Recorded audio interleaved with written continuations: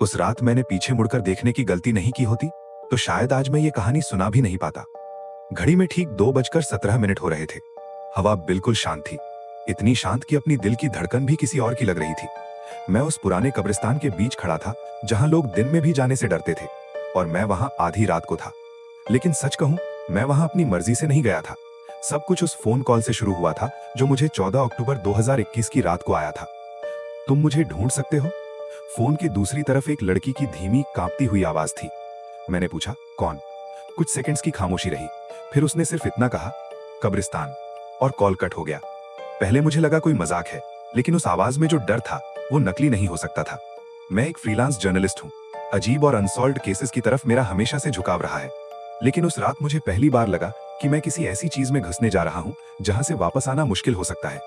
अगले दिन मैंने उस नंबर पर कॉल किया, लेकिन वो नंबर एग्जिस्ट ही नहीं करता था। यहीं से मेरी क्यूरियोसिटी शुरू हुई, और शायद मेरी सबसे बड़ी गलती भी। मैंने सिटी के पुराने रिकॉर्ड्स खंगाले, और मुझे पता चला कि वो जगह सेंट मैरीज ग्रेवयार्ड है, जो 1890 में बना था और 2003 के बाद बंद कर दिया गया था, क्योंकि वहां 20 सालों में 17 अनएक्सप्लेन्ड डिसअपियरेंसेस हो चुके थे। हर केस में लास्ट लोकेशन वही कब्रिस्तान था, और हर विटनेस ने एक ही चीज बताई, एक लड़की सफेद कपड़ों में जो मदद मांग रही थी। मेरे हाथ ठंडे पड़ गए थे। क्या वही लड़की थी जिसने मुझे कॉल किया? मैंने और इन्वेस्टिगेट किया, और मुझे एक नाम मिला, अनन्या शर्मा, एज 22, 3 नवंबर 2003 को गायब, लास्ट सीन वही कब्रिस्तान।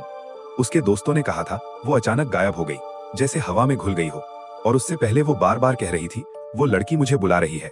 उसके बाद से वही लड़की और लोगों को भी दिखने लगी, और अब वो मुझे कॉल कर रही थी। 16 अक्टूबर की रात मैं उस कब्रिस्तान के बाहर खड़ा था। गेट आधा टूटा हुआ था, और अंदर अंधेरा इतना गहरा कि टॉर्च की रोशनी भी कम लग रही थी।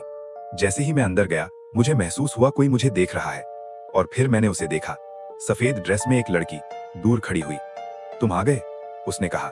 मैंने पूछा, तुमने मुझे कॉल किया था?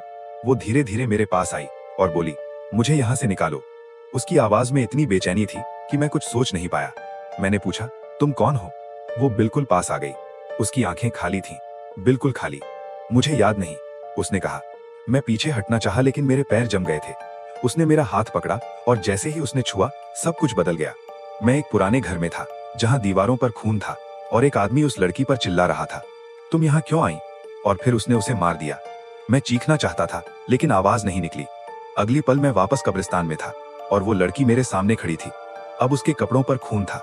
अब समझे? उसने पूछा। मैंने डरे हुए पूछा, तुम्हारा नाम क्या है? वो मुस्कुराई। मुझे याद नहीं, और उस मुस्कान में कुछ बहुत गलत था। तब मुझे एहसास हुआ, हम अकेले नहीं हैं। हमारे आसपास और भी लोग थे, धुंधले चेहरे, जैसे वो सब फंसे हुए हों। ये कौन है? मैंने पूछा। वो बोली, ये सब वो हैं जो मुझे ढूंढने आए थे। मेरा दिल तेज धड़कने लगा।